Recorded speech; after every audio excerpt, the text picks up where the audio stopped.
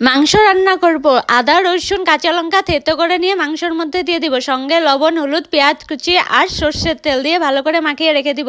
কড়াই একটু সর্ষের তেল দিয়ে পেঁয়াজ আদা রসুন কারি পাতা জিরে শুকনো লঙ্কা ভেজে শিলপাটায় বেটে নিব। এবার ফোড়নের জন্য সর্ষের তেল গোটা গরম মশলা জিরে পেঁয়াজ কুচি একটু ভেজে নিব। তারপর মাখিয়ে রাখা মাংসটা দিয়ে দিব, মাংসের মধ্যে টমেটোটাও দিয়ে দিয়েছি, ভালো করে একটু ভেজে নিয়ে ঢাকনা দিব। এদিকে মশলা বাটা হয়ে গেছে, এবার ঢাকনা তুলে 10 মিনিটের মতো মাংসটা সেদ্ধ করে নিয়েছি। এবার দিয়ে দিব বেটে রাখা মশলাটা, দিয়ে আরও 20 মিনিটের মতো এভাবে ঢাকনা দিয়ে দিয়ে কষিয়ে নেব। তো মাংসটা খুব সুন্দর করে এদিকে কষানো হয়ে গেছে, এবার ঢাকনা তুলে আর একটু ভালো করে ভেজে নেব। তারপর আলুটাও দিয়ে দিব, আলুটা দিয়ে আরও 5 মিনিটের মতো ভালো করে একটু কষিয়ে নিয়ে এবার পরিমাণ মতো জল দিয়ে এবার জাল দিয়ে নেব।